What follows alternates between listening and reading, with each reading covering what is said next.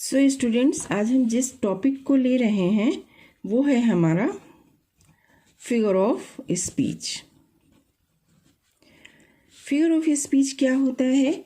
Figure of speech वो चीज़ है कि किसी भी बात को आकर्षक ढंग से कहने के लिए हम भाषा में जिस डिवाइस का उपयोग करते हैं उसे हम कहते हैं figure of speech.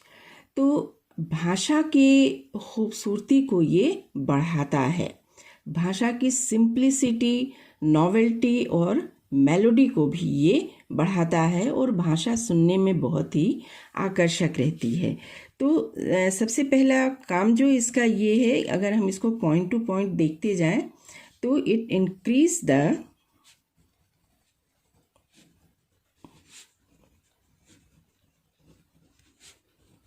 Beauty of a language. तो it increase the beauty of a language. दूसरा, अगर हम इसका ओरिजिन देखें तो ये लैटिन भाषा का शब्द है।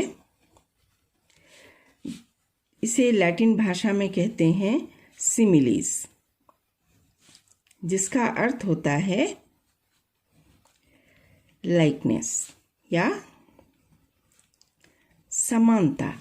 ठीक है, तो सिमिली का अगर हम डेफिनेशन यहाँ पर देखें, सिमिली जैसे हिंदी में हम क्या कहते हैं, उपमा अलंकार कहते हैं। तो इसका अगर डेफिनेशन देखें तो दो भिन्न प्रकार की वस्तुएं होती हैं जिनमें कोई एक क्वालिटी जो होती है, एक चीज़ जो होती है कॉमन होती है, और उन दो विभिन्न प्रकार की वस्तुओं के बीच में जब तुलना किया जाता है तो सिमिली आता है। साथ ही इसमें words of comparison like, so, as, और अगर फ्रेज है तो एज या सो एज भी आता है। ये सभी क्या होते हैं? Words of comparison. ठीक है, तो ये इसकी डेफिनेशन है। Definition: simile is a comparison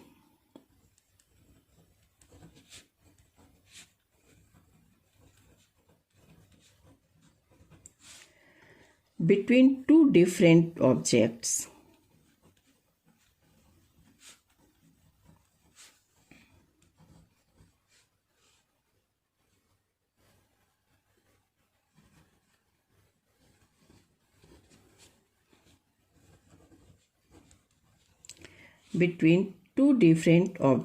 that are similar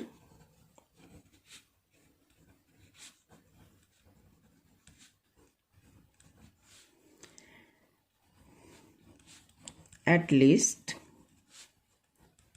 in one point।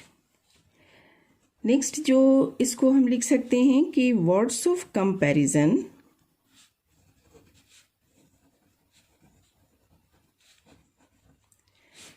Like, so, as use होता है, और अगर फ्रेजेस हैं हमारे पास तो एज या सो एज का भी यूज होता है। अगर हमारे पास फ्रेजेस हैं तो इनका भी यूज होता है, वर्ड्स ऑफ कंपैरिजन। तो अब अगर हम देखें कि इसकी ओरिजिन देखें तो जैसा कि मैंने आपको बताया कि जो लैटिन भाषा से लिया गया शब्द सिमिलीज है, जिसका अर्थ होता है लाइकनेस यानी कि समानता। तो ये जो सिमिली है ये हमारा किस पे बेस करता है? It is based on similarity. समानता के ऊपर आधारित है ये सिमिली, हमारा जो है वो समानता के ऊपर आधारित है। तो कंपैरिजन में सिमिली में जिन दो वस्तुओं के बीच कंपैरिजन होता है, उनका जो बेस होता है, उनका जो आधार होता है, वो सिमिलैरिटीज होती हैं। लेकिन एक बात हमको ध्यान रखना है कि जो दो वस्तुएं हम लेंगे वो कैसी होती हैं, बिल्कुल डिफरेंट होती हैं, अलग अलग होती हैं। अभी हम एग्जाम्पल लेंगे तो फिर आपको पूरा समझ में आ जाएगा और भी ज़्यादा। तो ये ले लिया है simile is a comparison between two different objects that are similar at least in one point। दूसरा जो है ये words of comparison are used here. ठीक है,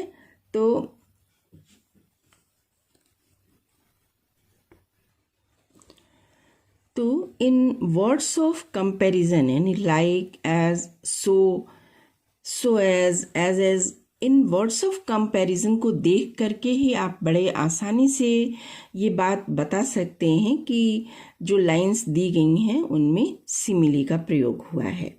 ठीक है, दो बातों को आपको बहुत अच्छी तरह ध्यान में रखना है कि इनमें एक तो कंपैरिजन जो होता है, एक तो ये वर्ड्स ऑफ कंपैरिजन, और दूसरा जो ये है कि कंपैरिजन जो होता है वो बिल्कुल दो डिफरेंट ऑब्जेक्ट्स के बीच में होता है ना। क्या होगा अगर दोनों ऑब्जेक्ट एक जैसे हों, तो इस समय यहाँ पर सिमिली नहीं होगा, ये एक सिंपल सा स्टेटमेंट होगा जिसमें कोई बात कही गई होगी, है ना।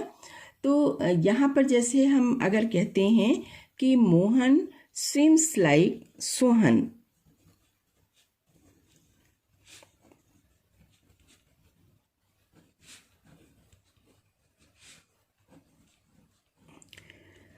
Mohan swims like Sohan. तो मोहन और सोहन दोनों एक जैसे ऑब्जेक्ट हैं, दोनों ही व्यक्ति हैं, यानी कि मोहन सोहन की तरह तैरता है। तो यहाँ कोई सिमिली नहीं है, यहाँ पर एक सिंपल स्टेटमेंट है जो कि ये बता रहा है कि मोहन और सोहन दोनों ही लड़के हैं, एक जैसे ऑब्जेक्ट हैं और दोनों के तैरने का तरीका एक जैसा है। लेकिन अगर हम मोहन और सोहन की जगह हम इस तरह कहते हैं, Mohan swims like a fish, तो यहाँ आप देखिए कि एक तो word of comparison like use हुआ है, फट से आपको समझ में आ जाएगा कि यहाँ पर क्या चल रहा है, सिमिली। दूसरे जो कंपैरिजन है मोहन और सोहन, यानी मोहन एंड फिश, यानी कि दो डिफरेंट ऑब्जेक्ट्स के बीच में हुआ है कंपैरिजन, है ना। तो मोहन और फिश ये दो डिफरेंट ऑब्जेक्ट हैं और इनमें एक कॉमन पॉइंट, स्विमिंग को कंपेयर किया गया है। तो मोहन फिश जैसी स्विफ्टनेस के साथ तैरता है। ठीक है, तो इस तरह यहाँ पर क्या पाया जाता है, सिमिली पाया जाता है। ठीक है, तो दो पॉइंट आपको ध्यान रखना है इसको आइडेंटिफाई करने के लिए कि एक तो वर्ड ऑफ कंपैरिजन इसमें होता है, ठीक है, like, as, so, as, so as, है ना। तो इससे आप आइडेंटिफाई कर सकते हैं। और दूसरा ये कि जिन दो ऑब्जेक्ट्स के बीच में कंपैरिजन चल रहा है वो कैसे होते हैं, बिल्कुल डिफरेंट होते हैं, बिल्कुल अलग होते हैं। ठीक है, तो अब आपको डेफिनेशन समझ में आ गई होगी। देखिए, सीबीएसई का आपका कोर्स लागू हो चुका है। एग्ज़ाम में कोई भी लाइन देख करके आपको इसमें प्रयुक्त फिगर ऑफ स्पीच के बारे में पूछा जा सकता है। तो आप ध्यान से इस वीडियो को देखते और समझते चलिए। तो अब हम कुछ एग्जाम्पल लेते हैं। जैसे कि हम कह रहे हैं यहाँ पर, he fought like a lion,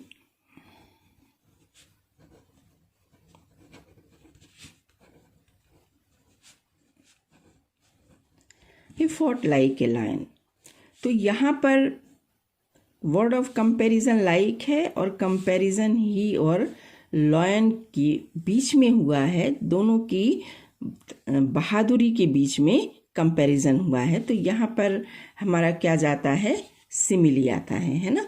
तो दूसरा एक और एग्जाम्पल ले लेते हैं। जैसे हम कहते हैं, life is a dream, life is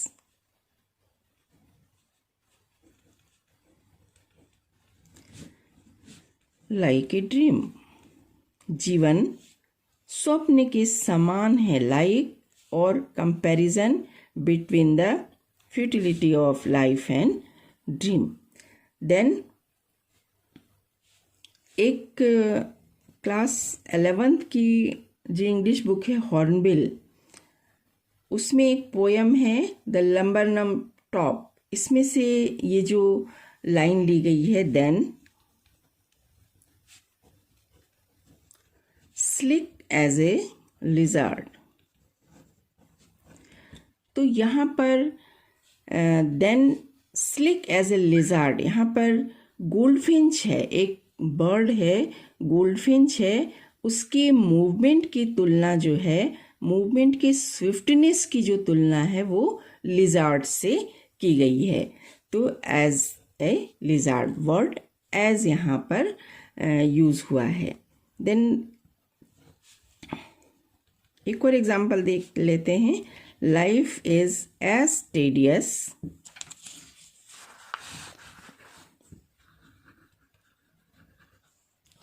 Life is as tedious as twice told tale. Life is as tedious as twice told tale. ये बहुत ही फेमस कोटेशन है, किनका? शेक्सपियर का। Life is as tedious as twice told tale, as यहाँ पर use हुआ है, और लाइफ उतनी ही टेडियस है जितनी दोबारा जब कोई कहानी आपको सुनाई जाए तो वो आपको टेडियस लगती है। ठीक है, एक और एग्जाम्पल देख लेते हैं।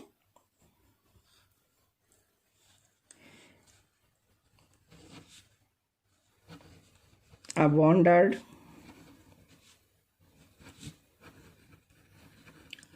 lonely like a cloud. तो मैं घूम रहा था, कैसा घूम रहा था?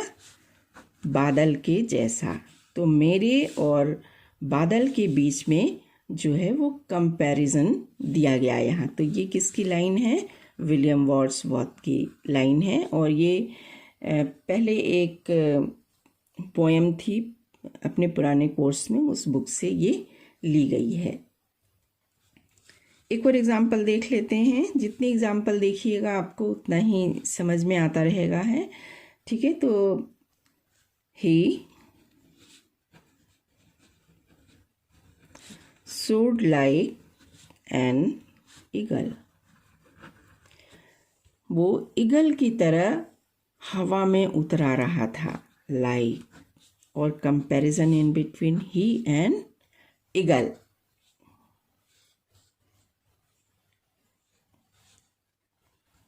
देन बहुत फेमस कोटेशन और है, all the world is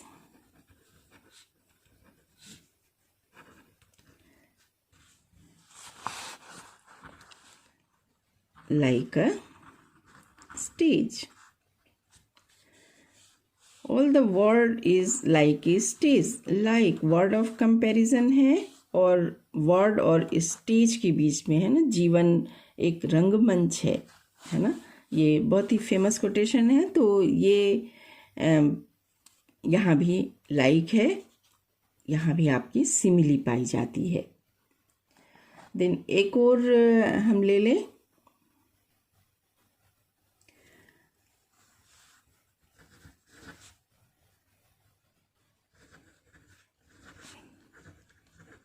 and life is too much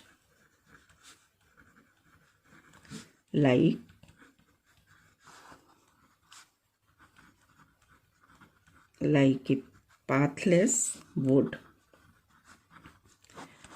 ये बीचेस जो कि फेमस लाइन है रॉबर्ट फ्रॉस्ट की लिखी कविता से, रॉबर्ट फ्रॉस्ट की कविता से ये वहाँ से ली गई है।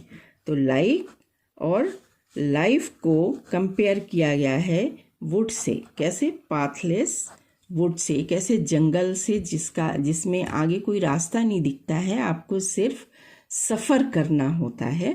तो ये है ना। तो ठीक है, अब तक तो आपको समझ में आ गया होगा कि सिमिली क्या होता है।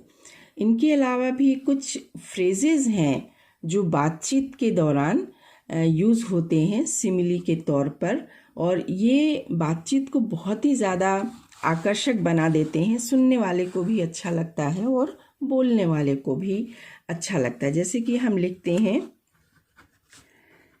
as good as gold, his son is as good as gold है ना। तो उसका बेटा सोने जैसा है, सोने जैसा खरा है, बहुत अच्छा है। तो बोल तो रहे हैं हम बेटे को, लेकिन हम कह रहे हैं his son is as good as gold, है ना।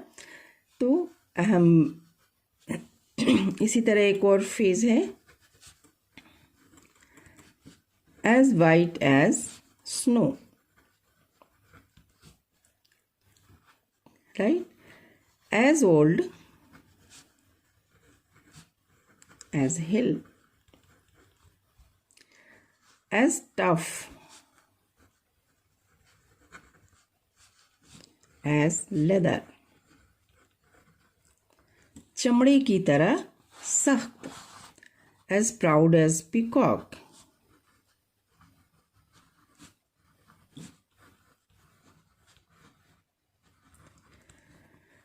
then as cold as ice,